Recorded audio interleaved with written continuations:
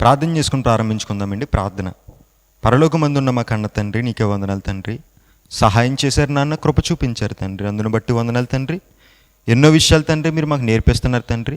ఈరోజు కూడా తండ్రి ఒక మంచి విషయాన్ని మేము నేర్చుకొని పోతుండగా చెప్పబోయే నాకు సమయోచితమైన జ్ఞానాన్ని దయచేయండి తండ్రి. వినేవారికి అర్థమయ్యే రీతిలో చెప్పుటకు మీ ఆత్మ సహాయాన్ని తోడుగా దయచేయమని మా రక్షకుడు మీ ప్రియకుమారుడని యేసుక్రీస్తు వారి నామములో ప్రార్థన అడుగుతున్నాను తండ్రి, ఆమేన్.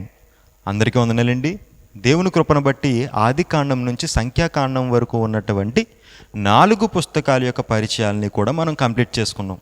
నిజంగా ఆ పాఠాలు విన్న ప్రతి ఒక్కరూ కూడా వాట్సాప్ల ద్వారా, ఫోన్ కాల్స్ ద్వారా, కామెంట్స్ ద్వారా చాలా బాగుంది బ్రదర్, మాకు ఈజీగా అర్థమవుతుందని తెలియజేసినప్పుడు మేము ఎంతగానో ఆనందపడ్డాం. ప్రియులారా, మీలో ఎవరైనా సరే ఒకవేళ పాఠాలు వినకపోయినట్లయితే డిస్క్రిప్షన్లో లింక్స్ ఇచ్చాను, ఒకసారి ఓపెన్ చేసి వినండి. అవి విన్న తర్వాత మీరు ఆ పుస్తకాలు చదవండి, మీకు ఈజీగా ఆది కాండం నుండి సంఖ్యాకాండం వరకు అర్థమవుతుంది. ఈరోజు మనం నేర్చుకోబోయేటువంటి పాఠం ద్వితీయోపదేశకాండం. ఏంటి ద్వితీయోపదేశకాండం? దీన్ని మనం ఎందుకు చదువుకోవాలి? దేవుడి ద్వితీయోపదేశకాండాన్ని బైబిల్లో ఎందుకు పెట్టాడు? దీన్ని ఈజీగా అర్థం చేసుకోవాలంటే దీన్ని ఎలా విభజించుకోవాలి? ఎందుకు ద్వితీయోపదేశకాండాన్ని రాసింది మోషే గారు అంటారు కదా, మోషే గారే ద్వితీయోపదేశకాండాన్ని రాశారనడానికి ప్రూఫ్ ఏంటి అనేటువంటి ప్రతి విషయాల్ని కూడా ఈరోజు మనం తెలుసుకుందాం. దాంట్లో మొదటగా ఈ ద్వితీయోపదేశకాండాన్ని హెబ్రూలో ఏమంటారంటే దేవరిం అంటారండి.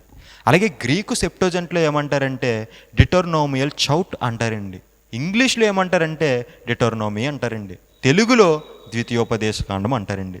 హెబ్రూలో దేవరిం అన్నా, లేదంటే గ్రీకులో డిటోర్నోమియల్ చౌట్ అన్నా, ఇంగ్లీష్లో డిటోర్నోమి అన్నా, తెలుగులో ద్వితీయోపదేశకాండం అన్నా, వీటన్నిటికీ అర్థాలు ఏంటంటే ధర్మశాస్త్రాన్ని రెండవసారి ఉపదేశించడం లేదా ధర్మశాస్త్రాన్ని రెండవసారి బోధించడం అనేటువంటి అర్థాలు వస్తాయండి.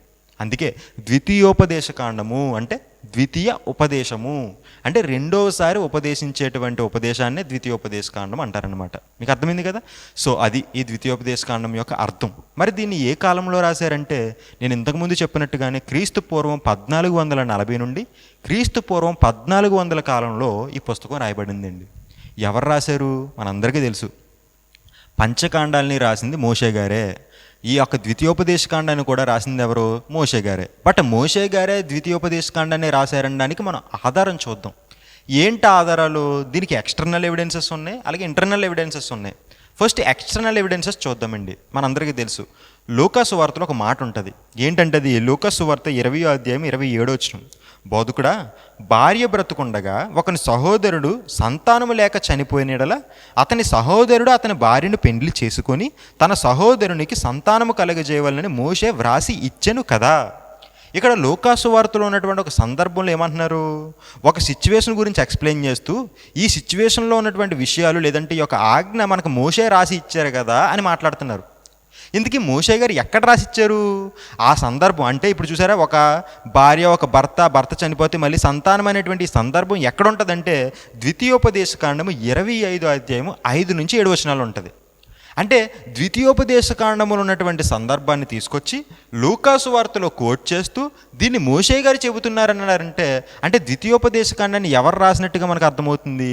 ఎస్, మోషే గారే ద్వితీయోపదేశకాండాన్ని రాశారన్నట్టుగా మనకి క్లియర్గా అర్థమవుతుంది. అలాగే అపోస్తుల కార్యాల్లో కూడా ఒక మాట మాట్లాడతారు చూడండి. అపోస్తుల కార్యాలు 3వ అధ్యాయం 22వ వచనం. మోషే, ప్రభువైన దేవుడు నా వంటి ఒక ప్రవక్తను మీ సహోదరుల నుండి మీ కొరకు పుట్టించును. మోషే గారు మాట్లాడుతూ నా వంటి ఒక సహోదరుని లేదంటే నా వంటి ఒక ప్రవక్తని మీ సహోదరుల్లో దేవుడు పుట్టిస్తాడని చెప్పి మోషే గారు చెప్పారండి. ఆ చెప్పిన సందర్భాన్ని అపోస్తుల కార్యాల్లో కోట్ చేశారు. మరి ఈ సందర్భం ఇంతకీ ఎక్కడుంది? ఇది కూడా సేమ్ ద్వితీయోపదేశకాండం 18వ అధ్యాయం 18వ వచనంలో మనకు కనబడుతుంది. అంటే ద్వితీయోపదేశకాండంలో ఉన్నటువంటి సందర్భాన్ని తీసుకొచ్చి దీన్ని మోషే గారే చెబుతున్నారనేటువంటి విషయాన్ని చెబుతూ అపోస్తుల కార్యాల్లో మెన్షన్ చేశారంటే దాని అర్థం ఏంటి? ద్వితీయోపదేశకాండాన్ని రాసింది మోషే గారే. Very good. ఇవి ఎక్స్టర్నల్ ఎవిడెన్సెస్. మరి ఇంటర్నల్గా ఎవిడెన్స్ ఏమన్నా ఉందా? ద్వితీయోపదేశకాండాన్ని రాసింది మోషే గారని అని మనం చూస్తే ద్వితీయోపదేశకాండము 31వ అధ్యాయము 24 నుంచి 26 వచనాలు చూడండి. ఈ ధర్మశాస్త్ర వాక్యములు మోషే గ్రంథమందు సొంతముగా వ్రాయుట ముగించిన తర్వాత, ఏంటంట మోషే గ్రంథమందు సొంతంగా రాశారంటే ఎవరు? మోషే గారు. అంటే మనకి ఈజీగా అర్థమవుతుంది ద్వితీయోపదేశకాండాన్ని రాసింది ఎవరు? ఎస్, మోషే గారే ద్వితీయోపదేశకాండాన్ని రాశారు. Very good. ద్వితీయోపదేశకాండం అంటే అర్థం ఏంటో మనకు అర్థమైంది, అది ఏ కాలంలో రాశారని అర్థమైంది, అలాగే ఎవరు రాశారనేది కూడా మనకు ఒక క్లారిటీ వచ్చింది. ఇప్పుడు ఈ ద్వితీయోపదేశకాండాన్ని మనం ఎందుకు చదువుకోవాలి? ఎందుకు చదువుకోవాలంటే మనం సంఖ్యాకాండంలో చెప్పుకున్నాం. సంఖ్యాకాండంలో ఇజ్రాయేలు ప్రజలందరూ కూడా దేవుని పట్ల అవిధేయత చూపిస్తే ఆ ఇజ్రాయేలీల యొక్క పాత సంతానం అనగా ఆ జనరేషన్ మొత్తాన్ని కూడా దేవుడు 40 సంవత్సరాలు అక్కడే తిప్పి తిప్పి తిప్పి ఆ జనరేషన్ మొత్తాన్ని నాశనం చేసేస్తాడండి. ఇప్పుడు పాత తరం లేదు, ఇజ్రాయేలీల పాత తరం అంతా అంతరించిపోయింది. ఇప్పుడు అక్కడ ఉన్నది ఎవరో కొత్త తరం. ఇప్పుడు కొత్త తరానికి మరి దేవుడు కొన్ని విషయాలు చెప్పాలి కదా. అసలు ఇజ్రాయేలీలందరూ ఐగుప్తీలో ఎలా బానిసత్వంతో ఉండేవారు, వాళ్ళని దేవుడు ఎంత కష్టపడి విడిపించి తీసుకొచ్చి ఈ కనానికి ఎందుకు నడిపిస్తున్నాడు, నడిపించిన తర్వాత దేవుని పట్ల ఇజ్రాయేలీలు ఎలాంటి అవిధేయత చూపించారు, మీరు అలాంటి అవిధేయత చూపిస్తే మీకేమవుతుంది అనేటువంటి విషయాలు మరి వీళ్ళకి చెప్పాలి కదా. ఇలా ఈ కొత్త తరానికి జరిగిన చరిత్ర చెప్పాలి, అలాగే దేవుని నిబంధనలు చెప్పాలి. ఇంతకీ దేవుడు చరిత్ర ఎలా చెప్పాడు, ఎలాంటి నిబంధనలు చెప్పాడు, ఎలాంటి నిబంధన ఈ కొత్త తరంతో చేసుకున్నాడు అనేటువంటి విషయాలు మీకు అర్థం కావాలంటే మీరు చదువుకోవాల్సిన పుస్తకం, మనం చదువుకోవాల్సిన పుస్తకం ఈ ద్వితీయోపదేశకాండము. వెరీ గుడ్, అర్థమైంది కదా. ఇది ద్వితీయోపదేశకాండాన్ని మనం చదువుకోవడానికి ఉన్నటువంటి రీజన్.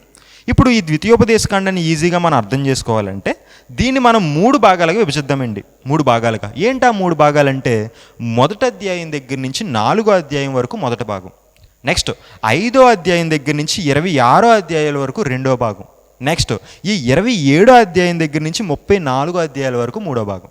ఈ 3 భాగాలుగా విభజించుకొని మనం ద్వితీయోపదేశకాండాన్ని చదువుకుంటే మనకి ద్వితీయోపదేశకాండం డెడ్ ఈజీగా అర్థమైపోద్ది. ఇంతకీ ఏ భాగం ఏం తెలియజేస్తుంది అనేది ఒకసారి చూద్దాం. మొదటి భాగం, మొదటి అధ్యాయం దగ్గర నుంచి 4వ అధ్యాయం. ఈ మొదటి అధ్యాయం దగ్గర నుంచి 4వ అధ్యాయం వరకు ఏం తెలియజేస్తుంది అంటే ఇజ్రాయేలీల యొక్క చరిత్ర.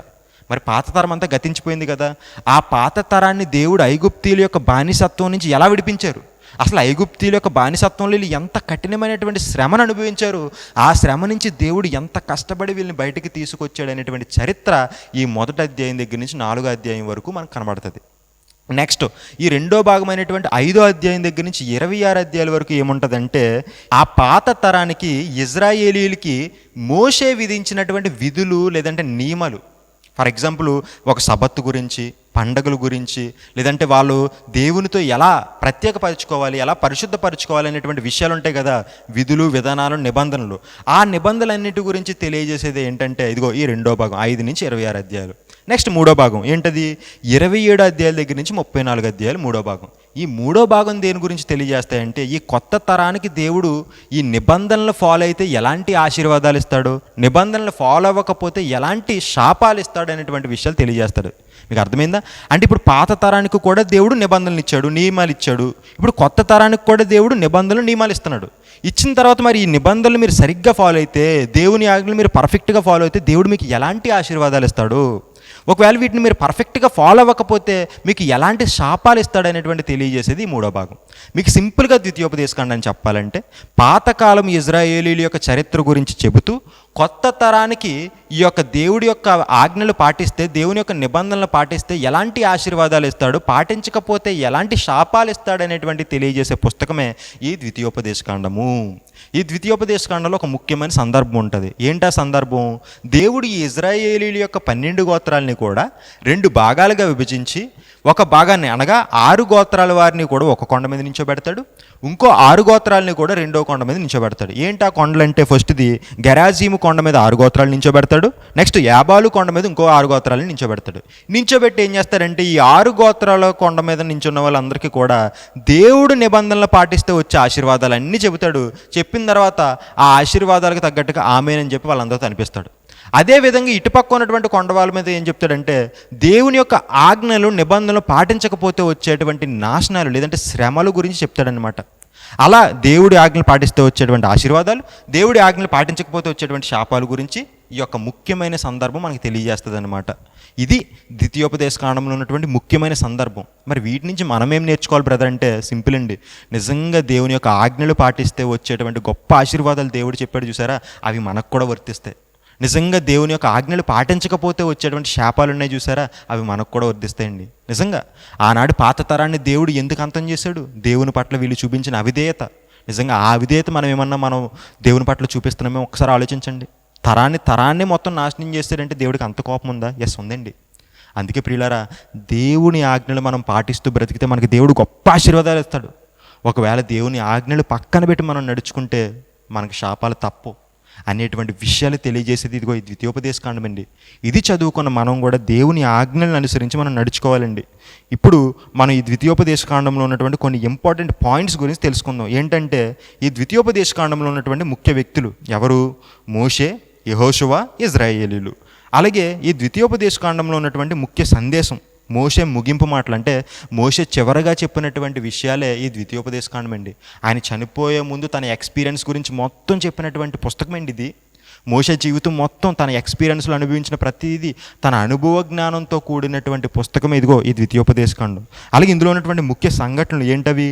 రెండోసారి ఆజ్ఞలు చెప్పడం. మొదటిసారి ఆల్రెడీ పాత ఇజ్రాయేలీలు చెప్తాడు, వాళ్ళందరూ అంతరించిపోయారు కాబట్టి రెండోసారి కొత్త తరానికి దేవుని యొక్క ఆజ్ఞలు వివరిస్తాడు. అలాగే ఆశీర్వాదాలు మరియు శాపాలు, దేవుడి యొక్క ఆజ్ఞలు పాటిస్తే వచ్చే ఆశీర్వాదాలు, పాటించకపోతే వచ్చేటువంటి శాపాల గురించి తెలియజేస్తుంది. అలాగే నిబంధన తిరిగి చెప్పుట, దేవుడి యొక్క నిబంధనలు, ఇజ్రాయేలుతో దేవుడు చేసుకున్న నిబంధనలు కూడా దేవుడు తిరిగి మళ్ళీ రెండోసారి చెబుతాడు. అలాగే యెహోషువ నాయకుడిగా ఎన్నిక చేయబడ్డం. మరి చివరిగా మోషే చనిపోతాడు కదండి, చనిపోయిన తర్వాత మోషే ప్లేస్లో యెహోషువని నాయకుడిగా దేవుడు నిలబెడతాడు. అలాగే నెబో పర్వతం నందు మోషే మరణించడం. చివరిగా నెబో పర్వతం నందు మోషే మరణిస్తాడండి. మోషే చేసిన చిన్న మిస్టేక్ వల్ల మోషే కూడా ఇదిగో ఈ యొక్క కనానుకి వెళ్ళలేకపోతాడు. అదే పర్వతం దగ్గర కనాన్ని చూస్తాడు, చూసి చనిపోతాడు అనమాట. కాబట్టి ఇవి మనకు ముఖ్యంగా తెలియజేసేటువంటి విషయాలు. చివరగా ఈ ద్వితీయోపదేశకాండానికి సంబంధించినటువంటి 5 క్వశ్చన్స్ మీకు డిస్ప్లే మీద కనబడితే ప్రతి ఒక్కరు కూడా వాటికి కరెక్ట్ ఆన్సర్స్ కామెంట్ చేయండి. ఎవరైతే ఇగో ఈ పంచకాండాలకి కరెక్ట్ ఆన్సర్స్ తెలియజేశారో వాళ్ళకి మా తరపు నుంచి ఒక స్పెషల్ గిఫ్ట్ ఉంటుందని చెప్పాం కదా, అది త్వరలోనే నేను అనౌన్స్ చేయబోతున్నాను. ఆ గిఫ్ట్ అనేది మా తరపు నుంచి, మా టీం తరపు నుంచి మీ ఇంటికి పార్సిల్ చేయడం జరుగుతుంది. కాబట్టి ప్రతి ఒక్కరు ఒకవేళ ఎవరైనా ఆన్సర్స్ పెట్టకపోయినట్లయితే ఒక 5 కాండాలను ఒకసారి చూసి వాటికి ఆన్సర్స్ పెట్టండి. పెట్టి దేవుని తరపు నుంచి ఒక మంచి బహుమతి మీరు పొందుకోవాలని మనస్ఫూర్తి కోరుకుంటున్నాను. అందరికీ వందనాలు.